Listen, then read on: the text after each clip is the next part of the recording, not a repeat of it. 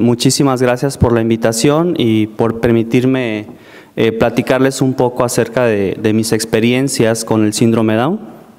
¿Sí?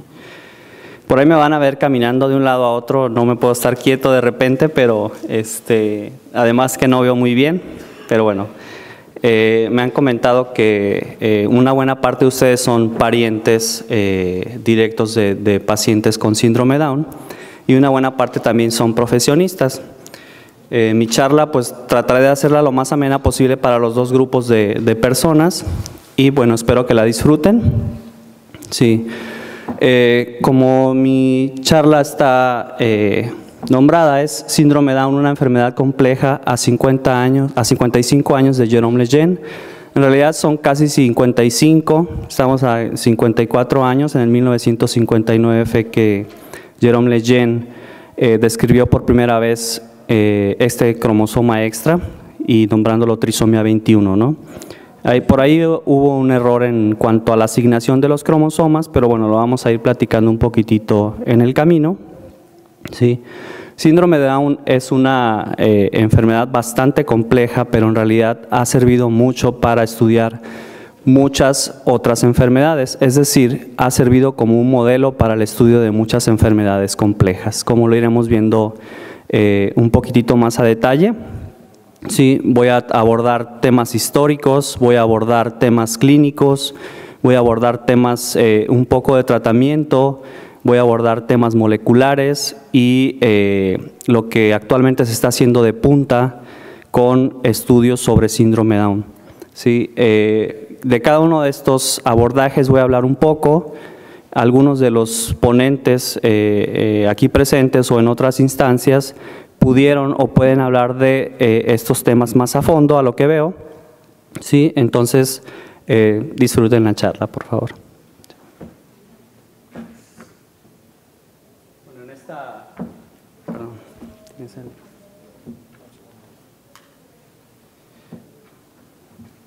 En esta línea de tiempo nosotros podemos observar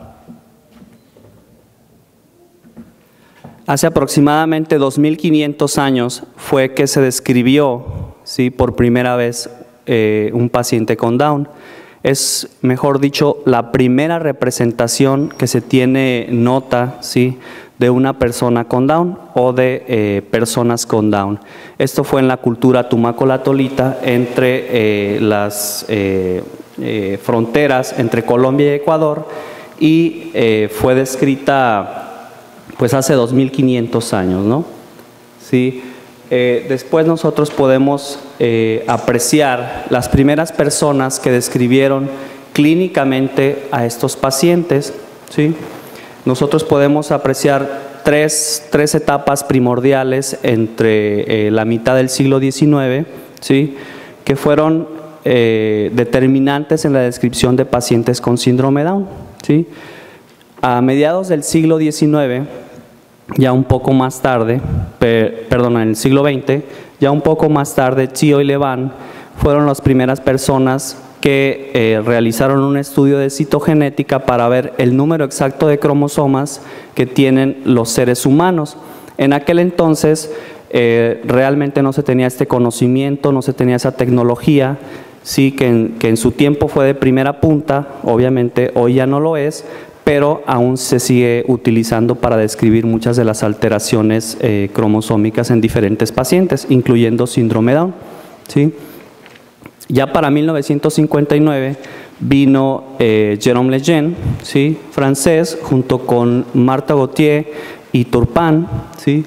Ellos describieron por primera vez a través de la metodología citogenética la trisomía 21. ¿Sí? Un poco más tarde ya se empezaron a hacer tratados sobre la descripción clínica, ya se empezaron a hacer descubrimientos más a fondo sobre regiones específicas que causan los distintos rasgos clínicos de los pacientes con síndrome Down. ¿Sí? Ya un poco más adelante nosotros vamos a tener algunos eventos bastante importantes en cuanto al tratamiento y algunas nuevas tecnologías que son muy prometedoras para, digamos, atenuar muchos de los rasgos en los pacientes con síndrome Down, ¿sí? Esta imagen nada más es para representar cómo es la prevalencia del síndrome Down en a nivel mundial, perdón, ¿sí? En donde las regiones en donde está un poco más oscuro, ¿sí? Podemos apreciar a China, podemos apreciar a India, podemos apreciar a los Estados Unidos, son de las regiones o de las zonas con mayor prevalencia de síndrome Down. Obviamente esto está un poco sesgado por la cantidad de personas que están en cada uno de esos países, ¿no? Estamos hablando de China con más de 1.000 millones de individuos, ¿sí? La India, que es uno de los países también más poblados. Entonces sí hay cierto sesgo en estos números, pero es evidente que hay una gran prevalencia de lo que es el síndrome Down y mostrando la importancia que tiene este síndrome, ¿no? ¿Sí?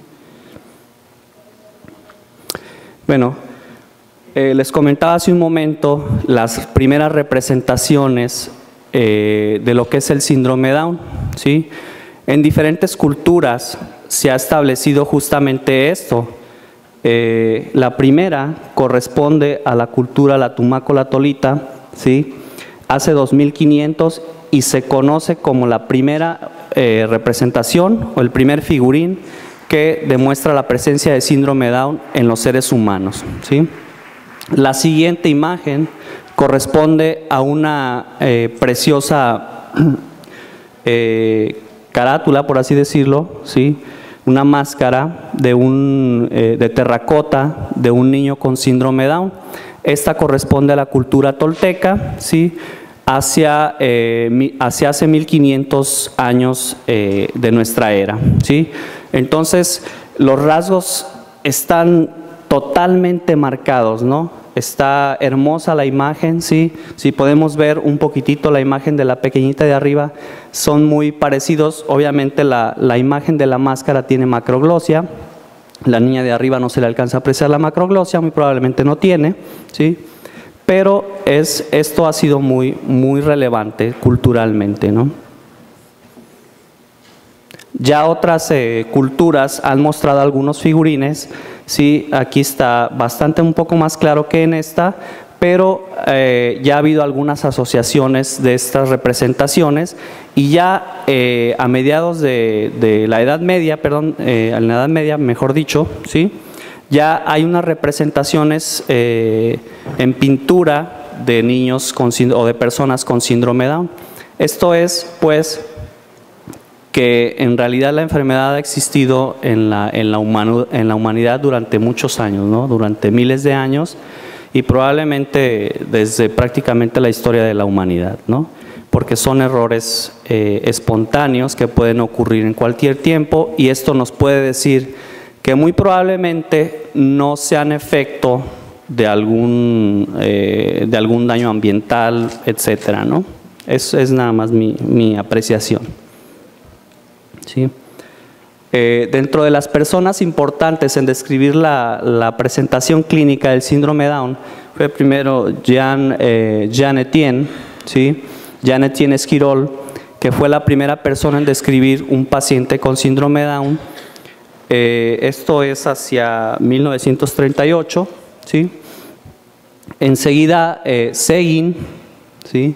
Edward Seguin, ya por esas mismas épocas también hace un tratado sobre pacientes con discapacidad intelectual. Si en alguna de las diapositivas ustedes ven algunos de los términos que se usaron hace muchísimos años, un siglo y medio, pues bueno, nada más son de aquella época, ¿no? Obviamente esos términos ya no se utilizan actualmente como mongolismo, justamente por ser peyorativo para las diferentes culturas, ¿no? ¿Sí? Por ejemplo, también tenemos aquí en cuadro de honor, ¿sí?, al señor John Langdon Down, un médico inglés, que fue la primera persona en, digamos, separar, ¿sí?, los pacientes con síndrome Down de otros tipos de pacientes con discapacidad intelectual, ¿sí? De ahí justamente le viene el nombre, ¿sí? Síndrome Down, o un poco más adelante se conoce como anomalía de Down o anomalía de trisomía 21, ¿sí? Esto obviamente con diferentes reuniones, congresos que hicieron para ponerse de acuerdo sobre los nombres. Muy seguramente ustedes ya escucharon hablar de estas historias, ¿sí? Posteriormente ya vienen lo que son los criterios de Hall, más de algunos de ustedes ya los conocen, ¿sí? Se establecieron estos criterios para justamente describir a una persona con síndrome Down, siendo los primeros, mejor dicho, teniendo 4 de estos puntos, ¿sí? Ya la persona es considerada con síndrome Down, ¿sí? Actualmente sabemos que el síndrome Down cuenta con muchísimas alteraciones clínicas que involucran diferentes sistemas, ¿no? Nosotros podemos tener alteraciones neurológicas, podemos observar alteraciones en las manos, en los dedos de los pies, en el corazón, en la carita, ¿sí? en el cráneo. Ya muchos de ustedes ya conocen todo este tipo de alteraciones y otras alteraciones neurológicas como es la hipotonía, por ejemplo, y ya arriba vemos una imagen en donde estamos observando lo que es el pliegue palmar único en la mano y la separación de los dedos en los pies, ¿sí? Muy claro, y dentro de esa imagen está traslapada una imagen de lo que sería la formación de células sanguíneas, ¿sí? Y esto porque el síndrome Down también no está exenta de presentar la enfermedad de leucemia, ¿no? Dentro de los rasgos clínicos más importantes o digamos que se presentan en pacientes con síndrome Down, nosotros aquí le ponemos la penetrancia de rasgos. Esto es la penetrancia, quiere decir a grandes rasgos que es el porcentaje de individuos que presentan cierta característica, ¿sí? De notar, justamente está lo que es la discapacidad intelectual. Antes se le conocía como retraso mental, actualmente ya se le conoce como discapacidad intelectual, ¿sí? Y esta se presenta prácticamente en el 100% de individuos que tienen la alteración cromosómica de trisomía 21, ¿sí?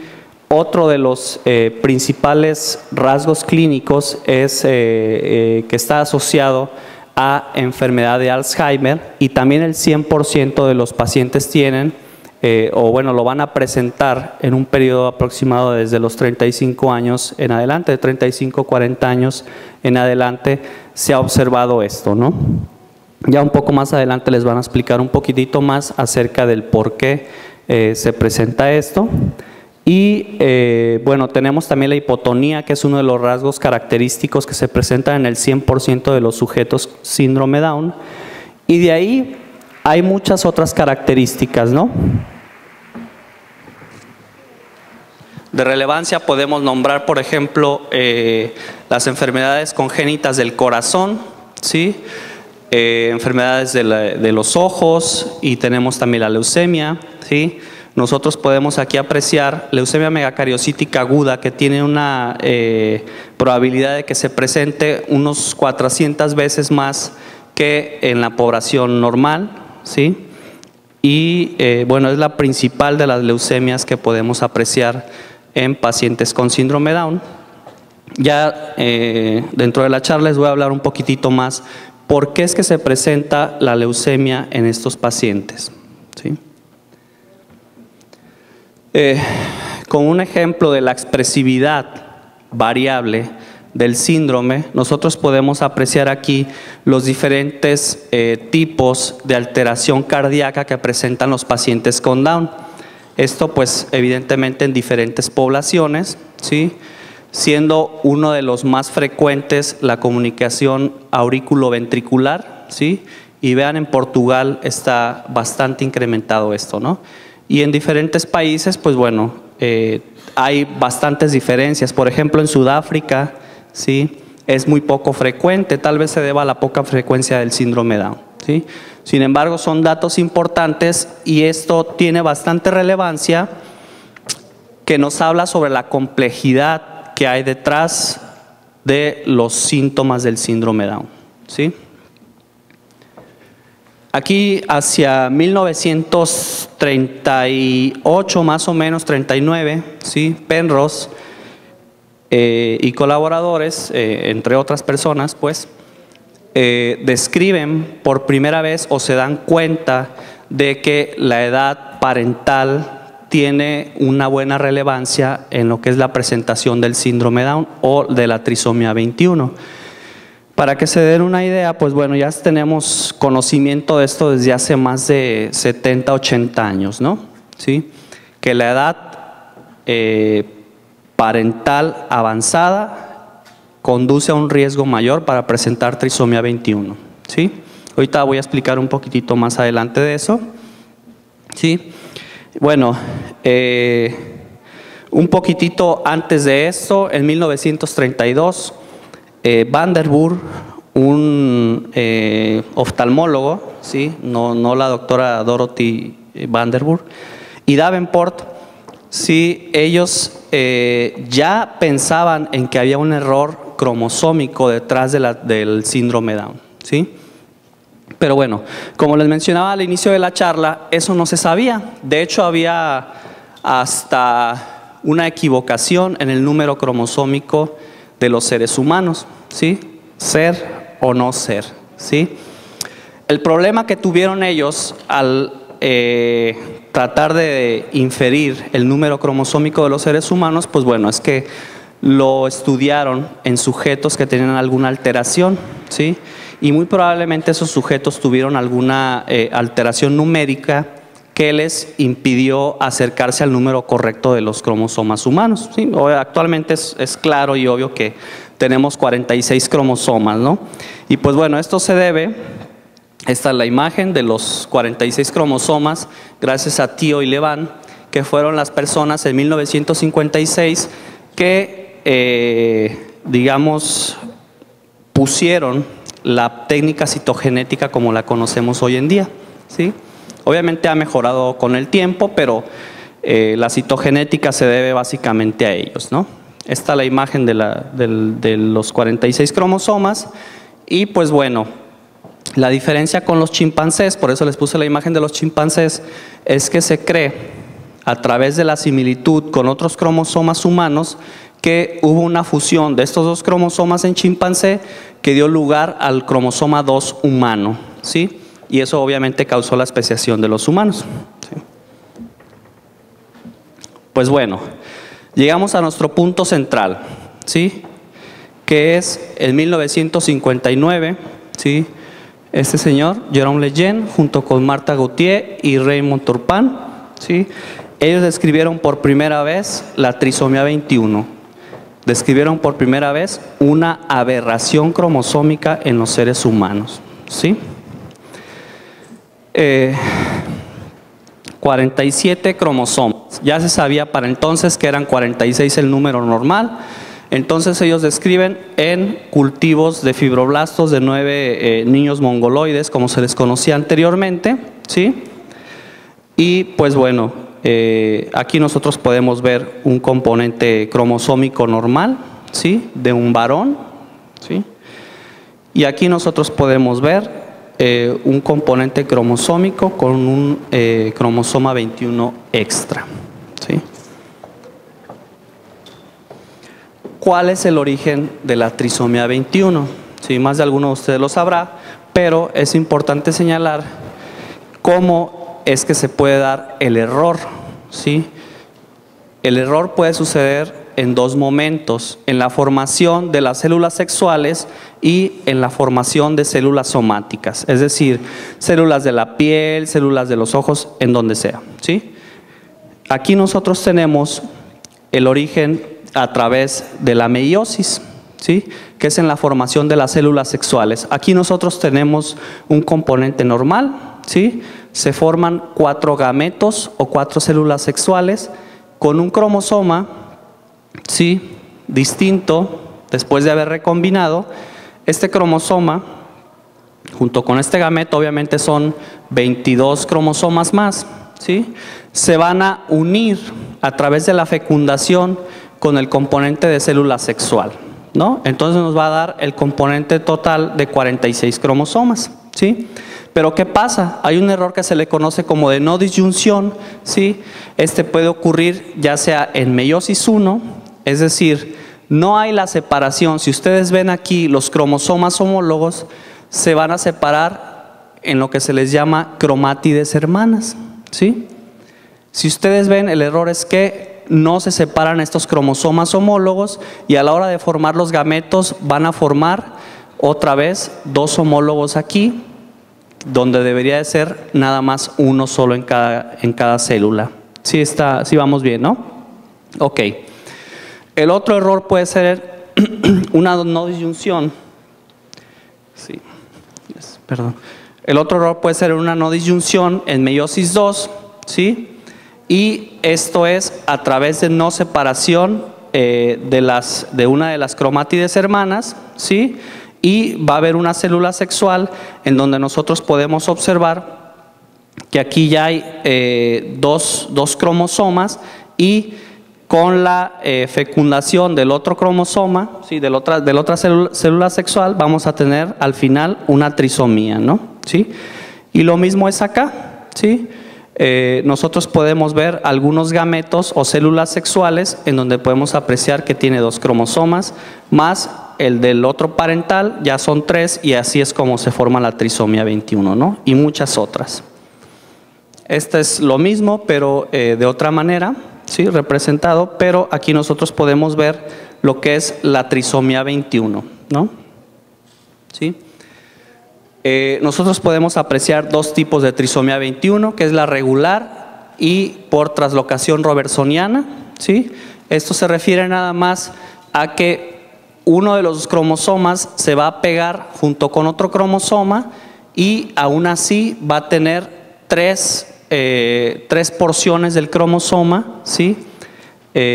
Formando una trisomía 21, ¿sí? Aquí nosotros podemos ver un estimado de la frecuencia del tipo de error para la trisomía 21, siendo avasalladoramente, ¿sí? Un error en la meiosis materna, ¿sí? En la formación de los óvulos. Tampoco se quieran poner la etiqueta de que él tuvo la culpa o yo tuve la culpa. Es totalmente un error espontáneo, ¿sí? Se da al azar. Nadie tiene la culpa, ¿sí? Eso tiene que quedar muy claro, ¿sí? Otro tipo de alteración pues es la mitótica, ¿sí? Que se presenta en el 5% de los casos y que nos da como resultado un mosaico, ¿sí? De células con la alteración cromosómica y sin la alteración cromosómica. Hay algunas teorías que dicen que esta configuración, ¿sí? De células normales y células afectadas, ¿sí? Puede atenuar lo que son los rasgos del síndrome Down, pero eso es nada más una teoría, una hipótesis, ¿no? No está bien probada, ¿sí? Bueno, pasamos ya a lo que sería una primera descripción de lo que sería la región más importante en el cromosoma, que es la que nos causa la mayoría de los síndromes, la mayoría de los rasgos clínicos en síndrome Down, ¿sí? Esta fue la primera vez por McCormick y colaboradores en 1989, ¿sí? Después vino Rimani, ¿sí? Igualmente en 1989 acortando justamente esa región y ya la doctora Julie Korenberg en 1990 propone igualmente esta porción, ¿sí? Como la primordial para presentar los rasgos de síndrome de Down en su totalidad o mayormente, ¿sí? Pero ¿qué ocurre? Más de una década después, ¿sí? Viene Roland y colaboradores y proponen otra nueva región a través de unos casos familiares con síndrome Down y acortan y mueven un poco más esta región, ¿sí? Que incluye, por ejemplo, DYRK1A, uno de los genes más importantes, pero no así DSCR1, que es uno de los genes primordialmente propuestos, ¿no? Entre muchos otros genes, ¿sí? Después, Lyle y colaboradores hacia 2009, si mal no recuerdo, hacen un estudio global, ¿sí?, en donde demuestran que hay muchas regiones en pacientes con trisomías más pequeñas, por así decirlo, trisomías de segmentos más pequeños, no del cromosoma completo, ¿sí?, presentando múltiples de los rasgos de síndrome Down, ¿sí? ¿A qué nos lleva esto? Bueno, que en realidad, o a lo que se propone, es que no hay una sola región de síndrome Down en el cromosoma que pueda explicar la mayoría o todos de los síndromes, sino que es un conjunto, ¿sí?, de regiones que cuando se afectan, ¿sí?, pueden conducir a muchos de los síntomas de síndrome Down, ¿sí? Es por eso que aquí nos hacemos la pregunta, porque parece contradictorio, ¿no? Uno de los aspectos más importantes que pueden responder a esto es justamente cuando esta trisomía 21 tiene un efecto real, que se pensaba antes que tener el cromosoma extra era forzosamente que ese cromosoma extra iba a producir lo mismo que los otros dos cromosomas, entonces habría una dosis de más en todos estos productos de los genes, ¿no? En la teoría era eso. En realidad, en la práctica se sabe que apenas el 71%, perdón, mejor dicho, que apenas el 29%, ¿sí?, de estos genes que están en triple dosis, ¿sí?, se expresan. ¿Qué quiere decir que se expresan? Que trabajan, ¿sí? Apenas un 29%. Entonces, ¿qué quiere decir? Que el 71% de ese cromosoma extra no funciona, ¿sí? Esto, bueno, se cree que es un mecanismo propio de las células, ¿sí?, para, digamos, corregir ese defecto, ¿sí? Muchos de estos estudios, pues bueno, se han llevado a cabo gracias a estudios de microarreglos, ¿no?, que son a los que nos dedicamos por ahí, ¿sí? Hay algunas otras hipótesis que tratan de explicar estas incongruencias, digamos, en la presentación de la trisomía 21. Unas hipótesis nos hablan justamente de que hay dos categorías de genes, ¿sí?, relacionadas a la patogénesis de lo que es el síndrome Down, ¿sí? Una de estas es que quiere decir que hay genes que son sensibles a dosis, ¿sí?, y que participan directamente en los síntomas del síndrome Down, y hay genes que no son sensibles a dosis, ¿sí? Es decir, que pueden ser más o pueden ser menos y no pasa nada, ¿sí? Esa es una de las hipótesis muy importante por Atonarakis en el 2004, ¿sí?, y que también ya nos empieza a hablar del origen parental del cromosoma extra, ¿sí?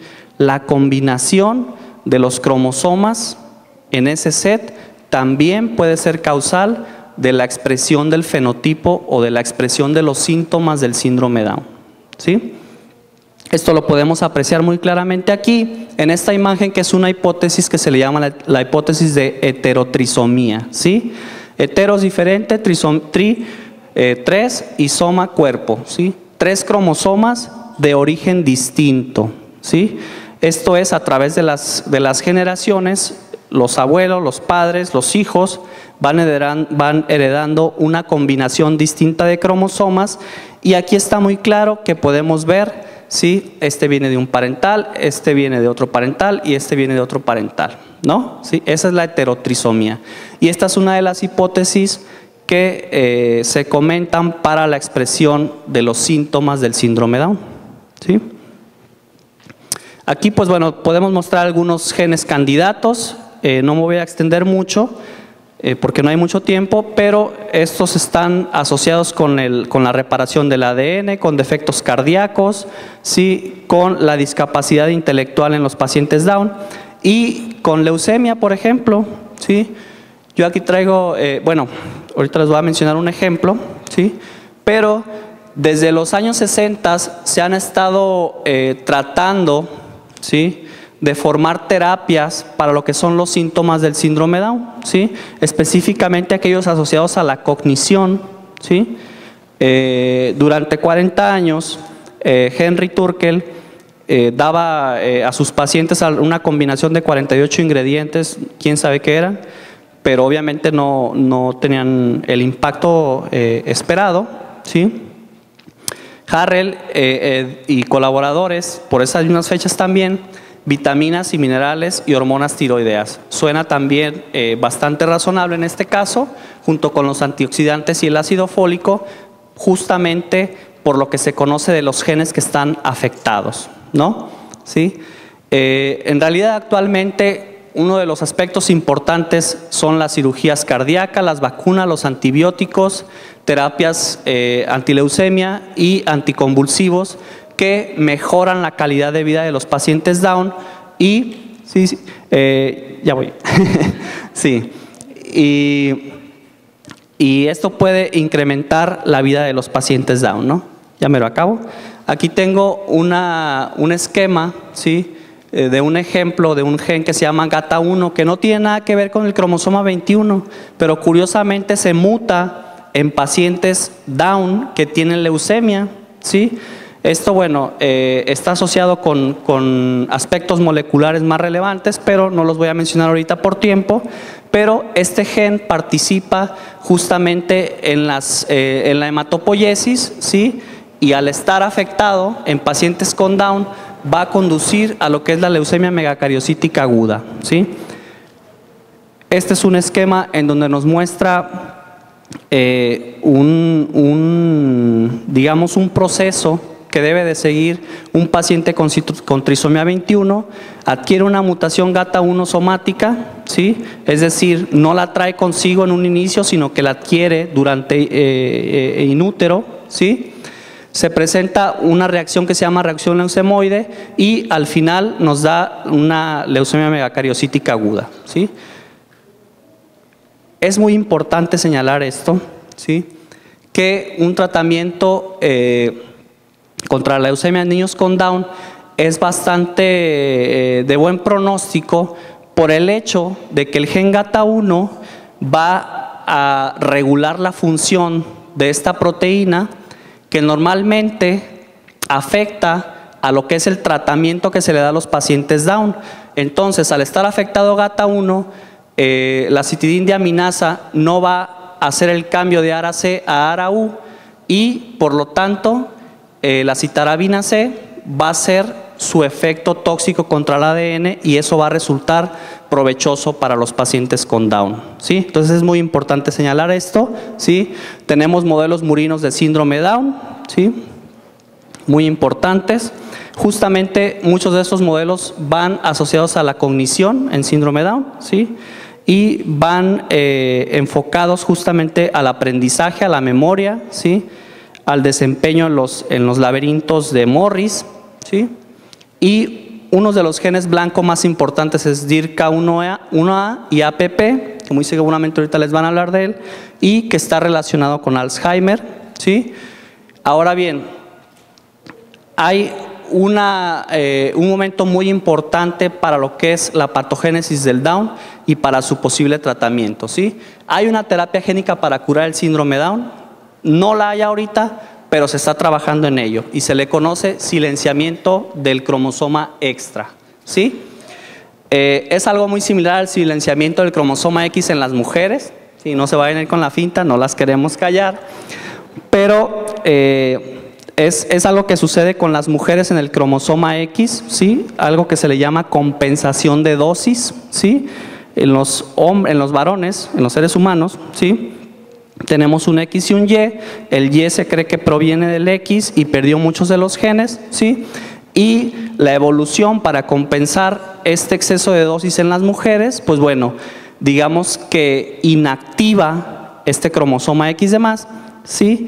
Y esto es muy importante señalarlo porque justamente se me fue el nombre, perdón, de los investigadores actualmente en el 2013 que hicieron un experimento en donde inactivaban el cromosoma el cromosoma 21 en células neurológicas de pacientes Down, ¿sí?, y silenciaron ese cromosoma extra de más y bueno, estos son resultados prometedores para la terapia contra síndrome Down y sus efectos en la cognición, ¿no? Justamente se utilizó el gen que causa la inactivación en el cromosoma X de las mujeres y pues bueno, son resultados prometedores. Ya hay algunos mitos y realidades relacionados al síndrome Down que justamente ya les platicó la doctora Ana Peláez, si mal no recuerdo, sobre las actividades que pueden realizar los pacientes con síndrome Down, que no necesariamente tienen que estar en sistemas de salud especiales, sino que pueden adaptarse a muchos ejercicios en la vida diaria, ¿no? ¿Sí? Incluido tener citas y formar relaciones a largo plazo, ¿sí? Y pues bueno, de mi parte es todo, espero les haya gustado. Pues. Muchas gracias, doctor Córdoba, por el esfuerzo. Pues se ganó la botellita de agua. Son temas demasiado importantes, tenemos poco tiempo y empezamos atrasados, entonces entre todos tenemos que lograr sacar adelante que sea lo más provechoso. Pasamos al doctor Rojas con su ponencia Terapia del deterioro cognitivo en síndrome de Down. Bueno, muchas gracias. Ya, por favor. También quiero agradecer la invitación de los organizadores de este tercer Congreso Iberoamericano de Síndrome de Down, que se está celebrando aquí en Monterrey. Esa no es. Esa. Y lo que voy a tratar hoy es un tema que a lo mejor tenga algún interés, es un punto focal de lo que es el síndrome de Down, que es el deterioro cognitivo que tienen los pacientes adultos que tienen síndrome de Down. ¿Cómo se está haciendo un esfuerzo para tratar esto? De alguna manera, y se sabe desde hace tiempo, los pacientes adultos con síndrome de Down sufren una especie de enfermedad de Alzheimer. Mejor dicho, sufren una enfermedad de Alzheimer. Ahorita vamos a explicar un poquito más de esto. Y las características patológicas de la enfermedad son igualitas, remedan completamente a lo que ocurre en esta demencia senil, que ustedes han oído mencionar, que es la principal causa de demencia actualmente en el mundo. No es sorpresivo de que esta asociación ocurra. Como se explicó previamente, el síndrome de Down se debe a una trisomía del cromosoma 21, ¿sí? Y en el cromosoma 21 encontramos un gen muy cerquita de esta región que es crítica para que se produzca el síndrome de Down, y este gen codifica para esta proteína que se llama la proteína precursora del amiloide, una sustancia anormal que se deposita en los cerebros de los pacientes que sufren síndrome de Alzheimer, enfermedad de Alzheimer. Aquí sí se puede aplicar un poquito la posibilidad de que la triple dosis o que las 3 dosis, 3 cromosomas con 3 genes produciendo esta proteína estén relacionados con la aparición de una demencia presenil, ya la llamaríamos demencia presenil, tipo Alzheimer en los pacientes con síndrome de Down. Y hay varias hipótesis de cómo se producen. Estos son datos que relativamente son interesantes. El deterioro cognitivo, por llamarlo así, porque es como llamamos a este conjunto de signos y de síntomas que remedian al a la enfermedad de Alzheimer, ocurre en el 50% de los pacientes que tienen 60 años. Cuando los pacientes con síndrome de Down alcanzan los 60 años, 50% aproximadamente de ellos tienen deterioro cognitivo, ¿sí? Quiere decir que hay un 50% de pacientes en los cuales este deterioro no es claro. Pero es importante mencionar que a medida que los pacientes con síndrome de Down van envejeciendo más, como es la tendencia actual, inclusive en México esta tendencia ya es clara, ¿sí? Pues este problema va a incrementarse. Una cosa bastante interesante es que en las autopsias que se han realizado para pacientes adultos con síndrome de Down, de todas maneras se encuentran las lesiones en el cerebro, las lesiones que vamos a observar ahorita, que son características de la enfermedad de Alzheimer. Y en cuanto a en qué momento de la vida del paciente puede comenzar a manifestarse el síndrome de deterioro cognitivo, no es muy claro porque al igual que es muy difícil diagnosticar tempranamente la enfermedad de Alzheimer, pues también es un reto, es muy difícil diagnosticar esto en los pacientes con síndrome de Down, pero más o menos se piensa que ocurre a la edad de los 30 años.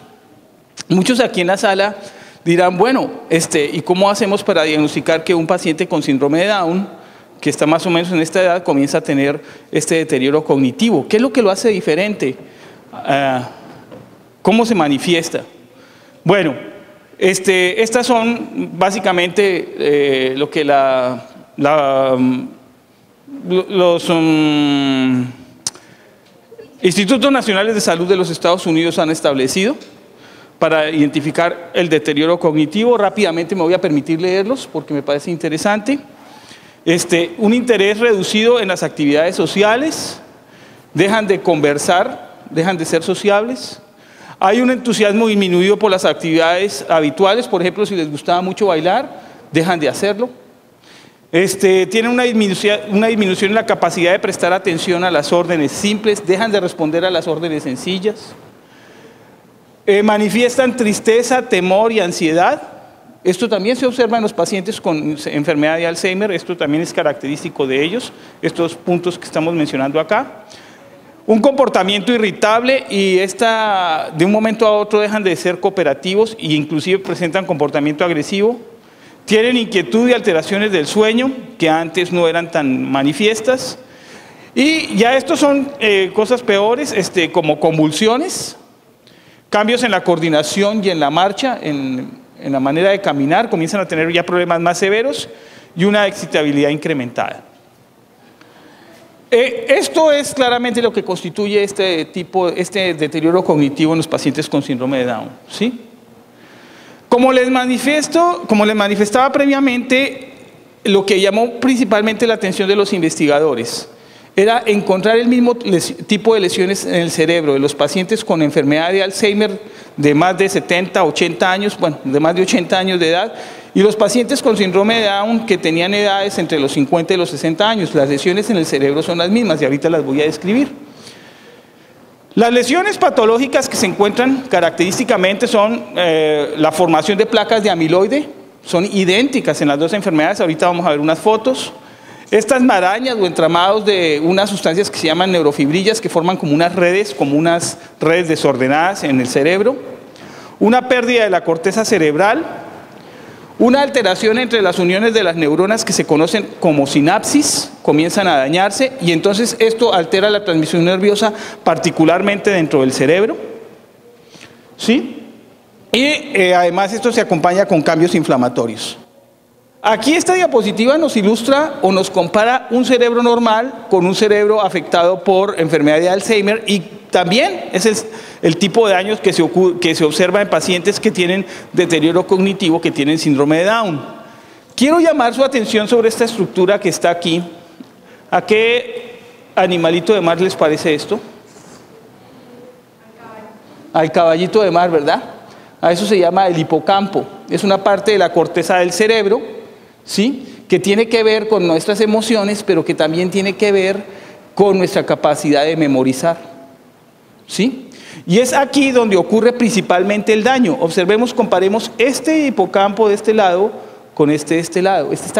Ustedes observan aquí una capita un poquito más oscura que el resto, que es la sustancia blanca.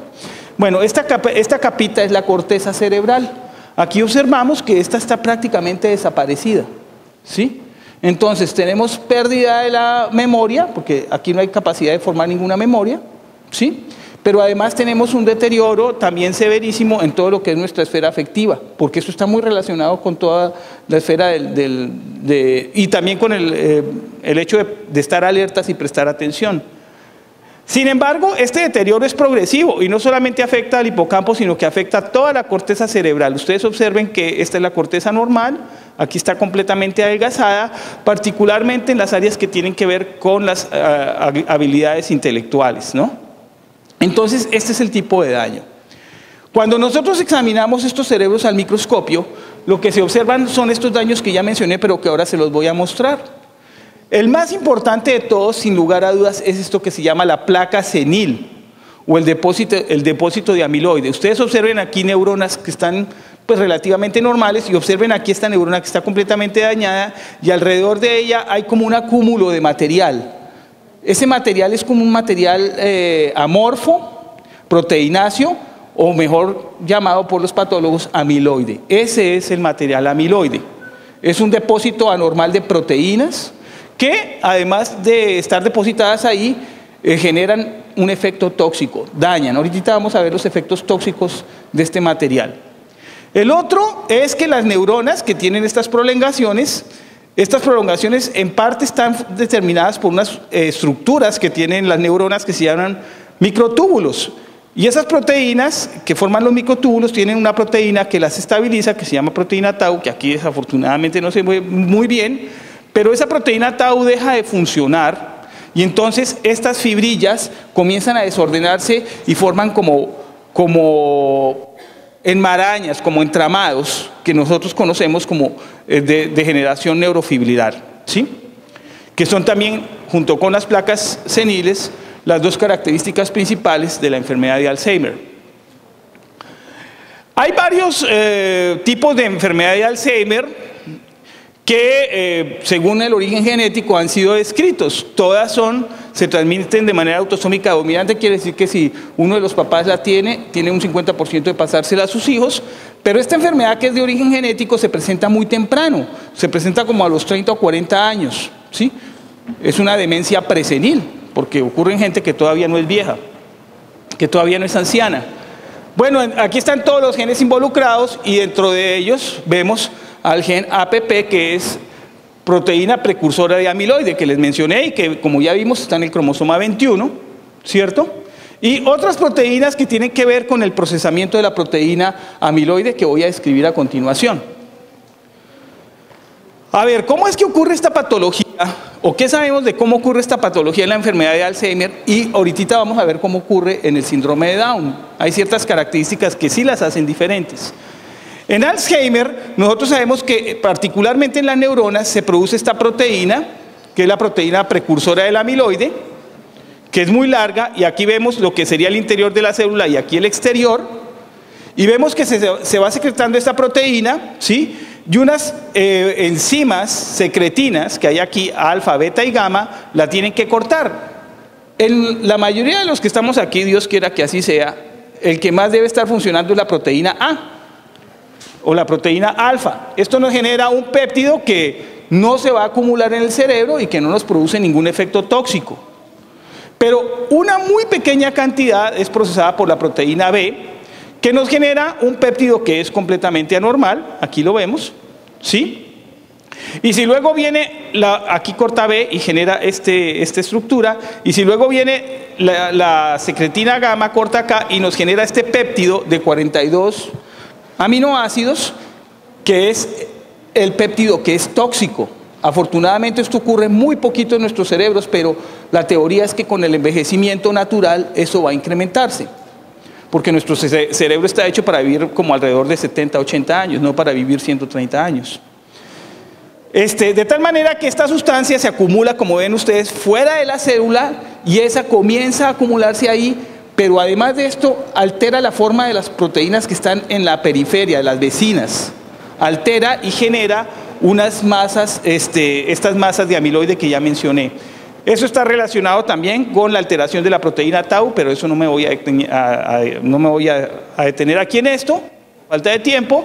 Lo que yo quiero destacar aquí es cómo a partir de una proteína que es un precursor normal, por cortarse mal, se nos genera este fragmento AB42, que es el que se acumula, alfa beta 42, que es el que se acumula y nos produce estas placas seniles y también nos produce la alteración de las células tau, de la proteína tau y los daños de las neurofibrillas de la neurona. Estas placas de amiloide producidas por esta proteína alfa beta que está acá, que es anormal y que es la responsable de la enfermedad de Alzheimer, pues tiene muchos efectos tóxicos que se describen aquí en estos 5 puntos. Altera el funcionamiento mitocondrial, o sea que la pila de la energía de las neuronas, que son las mitocondrias, ya no funcionan muy bien y además promueven la muerte de las células, porque al dañarse en las mitocondrias se promueve la muerte de la neurona, un fenómeno que se conoce como apoptosis.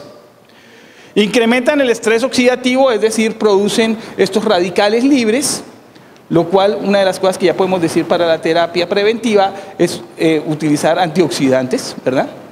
Y de hecho es una de las propuestas muy grandes, es utilizar antioxidantes.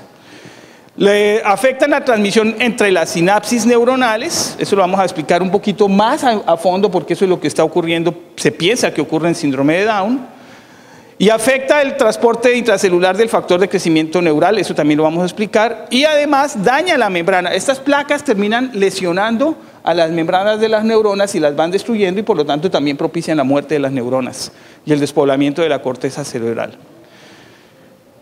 En síndrome de Down, las investigaciones más recientes apuntan a que el principal daño ocurre en que la acumulación, en que por incremento de la dosis de la proteína APP, que ya mencioné, y no por daños en su corte, sino porque simplemente está incrementada su producción en el cerebro. Esto afecta con que las neuronas de la vía de la vía de transmisión que utiliza acetilcolina en el sistema nervioso central, que es precisamente la que va del hipocampo hacia la corteza, ¿sí? Del hipocampo o de los ganglios basales hacia la corteza.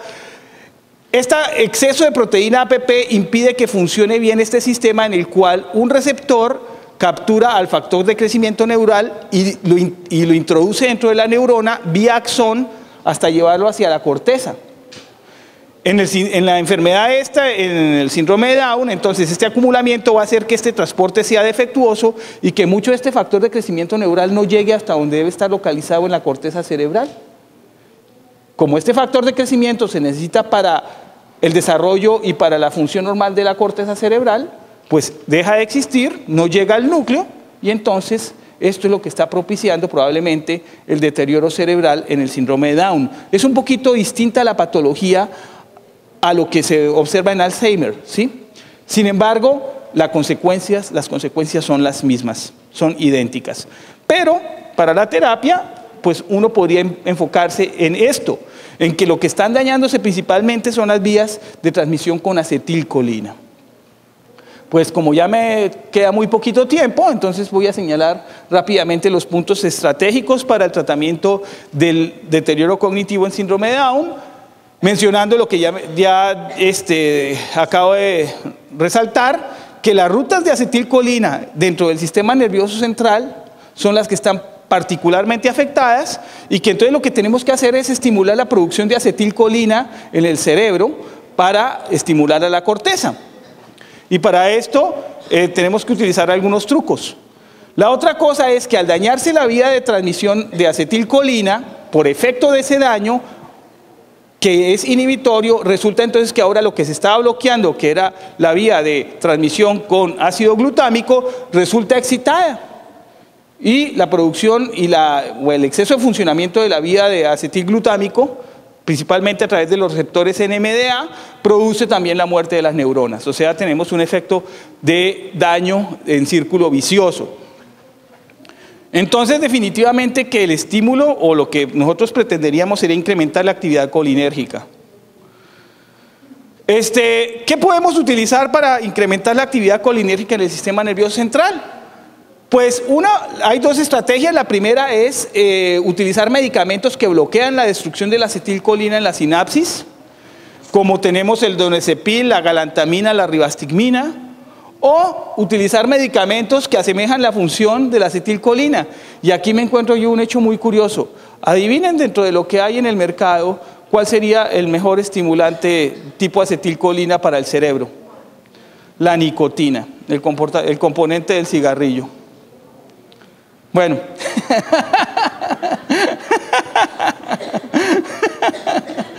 de hecho, los estudios de neurofisiología parecieran apuntar a que a través de la nicotina, precisamente en esas rutas, es que tenemos el efecto placentero de fumar. Y también los estudios muestran que los pacientes, no con síndrome de Down, sino los sujetos comunes y corrientes de la población que fuman, eso mejor no lo debo decir. Bueno, eso obviamente, bueno, ¿qué piensan ustedes? ¿Qué riesgo tendrían los fumadores de sufrir Alzheimer en la época senil? Va a ser menor. ¿Ah? No llegan. Sí, no llegan. No llegan, sí, pero bueno, por eso mejor digan que yo no estuve dando esta conferencia. Bueno, ok. Muchos de estos medicamentos están aprobados por la FDA para el tratamiento del deterioro cognitivo en Alzheimer, pero su utilización en síndrome de Down hasta ahora comienza a introducirse. Y el problema más grave que tenemos hoy en el 2013 es que no contamos en todo el mundo con muchos estudios de ensayos clínicos, de pruebas en sujetos humanos, que nos demuestren que algunas de estas terapias sí resultan beneficiosas para frenar el deterioro cognitivo en el síndrome de Down. Aquí yo lo tomaría más bien como una invitación a que si en algún momento alguno de estos ensayos serios se diera, yo pienso que es una buena oportunidad, ¿sí? Es una buena oportunidad porque muy probablemente vamos a lograr frenar el deterioro cognitivo. Eso también es importante mencionarlo. Es imposible revertir lo que ya ocurrió. Ese daño ya es imposible de revertir, pero por lo menos sí frenar el desarrollo de un problema mayor. Entonces, aquí hay una lista de varios ensayos, de los medicamentos que más están siendo utilizados en síndrome de Down, en ensayos clínicos. El donepezil, la ribastigmina, que ya los mencioné, la memantina, que es un inhibidor de la ruta NMDA, o sea que estaría en contra de esa excitación. Sin embargo, estos estudios ya se concluyeron y demostraron que en síndrome de Down no ofrecen beneficio. Entonces ya no se está siguiendo la memantina. La nicotina, que curiosamente hay ensayos con nicotina para tratar esto, y también hay propuestas de utilizar en la dieta té verde y derivados como la epigalocatequina 3. Yo no sé cómo se pronuncia eso, por eso es más fácil decir EGSG, ¿sí? Entonces hay EGSG, este es un derivado del té verde y muy probablemente pueda tener efectos a través de una ruta antioxidante, ¿sí? Esta diapositiva se las traigo aquí, me parece muy interesante porque esta es la página de los Institutos Nacionales de Salud de Estados Unidos en la que se analizan o en la que, por lo menos enlistan y se dan los resultados en algunas ocasiones de todos los ensayos clínicos que se están haciendo en el mundo para cualquier enfermedad. Entonces, particularmente esta búsqueda es para el deterioro cognitivo en síndrome de Down. Hay 37 resultados, o sea que en este momento hay 37 estudios en todo el mundo tratando de probar cualquiera de estos medicamentos para frenar el deterioro cognitivo. Les digo que este es un punto muy importante porque en todos los países estamos llegando al punto donde los pacientes con síndrome de Down ya alcanzan una senilidad y esto es un problema creciente. Y aquí simplemente les muestro estos resultados que algunos están en verde, otros están en rojo. Los que están en verde quiere decir que tienen la vía verde para recibir pacientes. Los que están en rojo es que ya no están recibiendo pacientes y ya se terminaron. Y dentro de los que están terminados hay algunos que ya en la página muestran qué resultados tuvieron. Y este está terminado, por ejemplo, pero aún no conocemos los resultados. Aquí vemos que la nicotina, ¿la ven? El donepezil, que ya se los mencioné. El donepezil, bueno, son 37 y no los quería estar todos. Nosotros estamos tratando de plantear un proyecto de estos con la Universidad de Extremadura en España. Creo que por aquí están los profesores de la Universidad de Extremadura. Y con la idea de ver si logramos implementar uno de estos ensayos clínicos en nuestro país. Muchas gracias por su atención. Muchas gracias, doctor.